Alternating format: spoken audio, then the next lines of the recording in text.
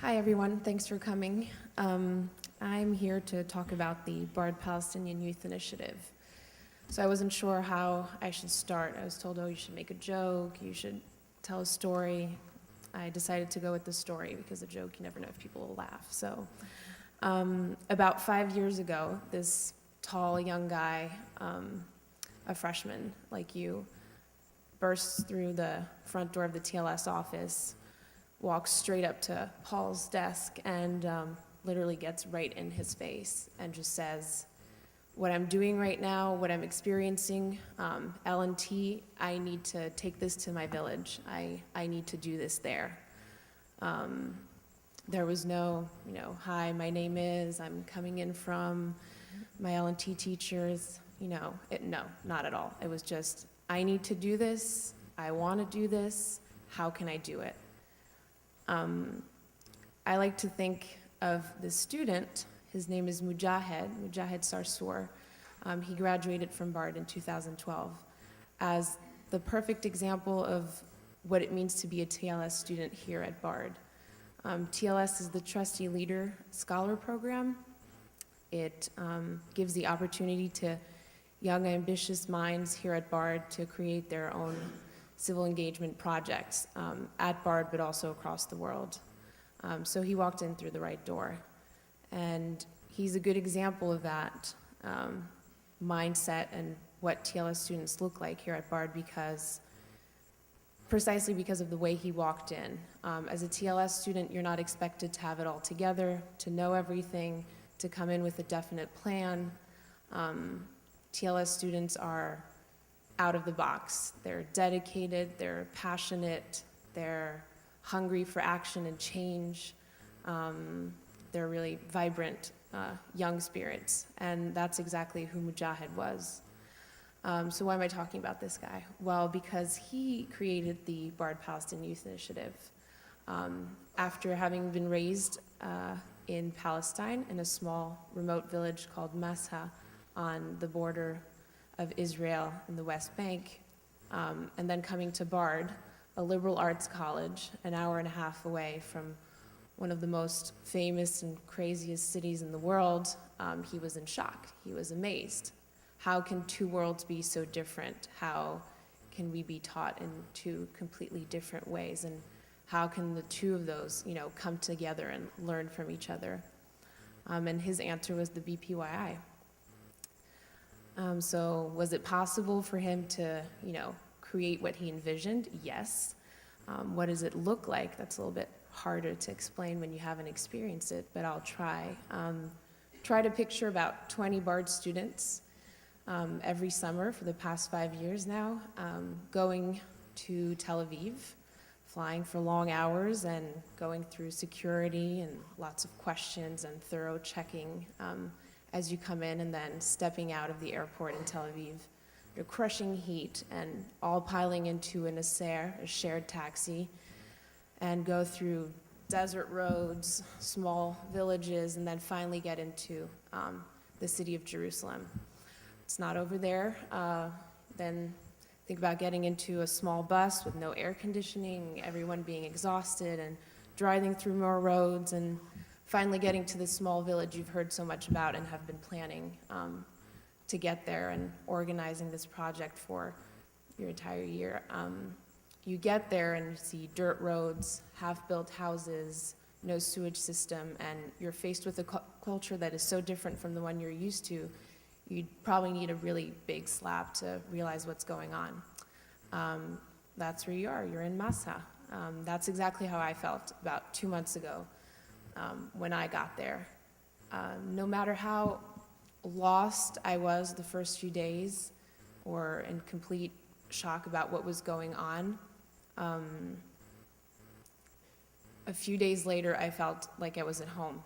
The people of Masha are the most welcoming, warm, and generous people I have ever met. And the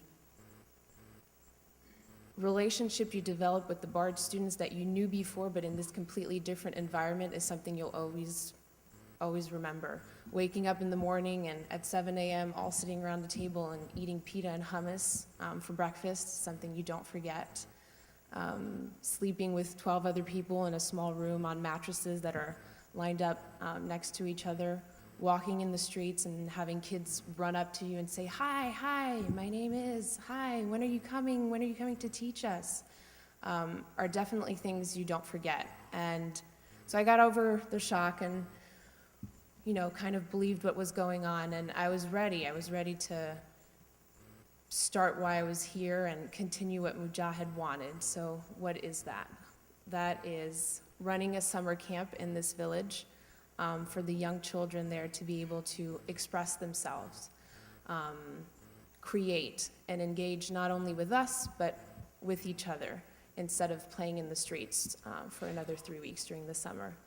It's going every day and teaching English with the struggle of having to use, broken Arabic for us, broken English for them, struggling through sign language, but having it all be worth it when, you see them get it and when they got it too. It's building a playground for the children that are there, building a library, going to the people's homes who live there and sitting down and having tea with them. And it's mostly sitting down at the end of the day with your Palestinian coworker and doing exactly what you do during L&T, free writing and discussing and thinking together about important subjects like education, marriage, the Israeli-Palestinian conflict, wearing the hijab, all these big questions. So for 3 weeks, that's what we do there. So over the past 5 years, the BPY has, as I said, created a playground for the children of Massa, a library, gone to Yad Vashem, the Holocaust Museum in Jerusalem. It was the first time that a Palestinian program actually went to Jerusalem to see this museum. And we have big plans for the future. This summer we did a lot more in the library that we built, and the summer camp was successful. The first day I was told, about 50 kids are gonna come. About 15 minutes after we opened the doors to the school, over 100 students were there, eager to get started. That's the Bard Palestinian Youth Initiative. Why did I start? How did I get involved? Well, I actually knocked at the door and waited until until Paul said, come in, and I sat down and said, my name is Zelda. But my words were not too far from what Mujahid said. I said, I'm tired of reading the newspaper every day and closing it and going on, with my everyday life and not doing anything. I want to do something. What can I do? So I saw, Paul smile, and he was happy. Yet another student was coming through those doors, but answered in a really calm way and just said, maybe you should sit in on the next meeting, the BPY. And that's what I did. So today I'm here talking about it, and this summer I was there for 3 weeks, and I'll be going back next June. And it's really important for me to share this experience because it was life-changing for me. I was interested in politics, I was interested in education, I was interested in the Middle East as a region in general. But once I went there and when I came back, I wasn't only sure that that was what I was interested in, I knew it was exactly what I was going to make my goal here at Bard. These projects that you have that you can join or create on your own as freshmen at any point of your experience here at Bard are really the opportunity for you to put your energy and ideas into a project and see it build up from the start and look back and say, wow, now other students are going to go and take part in these projects. The TLS office and the Bard Palestinian Youth Initiative is at Bard the only school that allows young Americans to go to the West Bank for 3 weeks with no adult supervision and create a program like we do. So seize these opportunities, walk in through the TLS office or whichever way you want to, theatrically, like Mujahid, more poised and calm.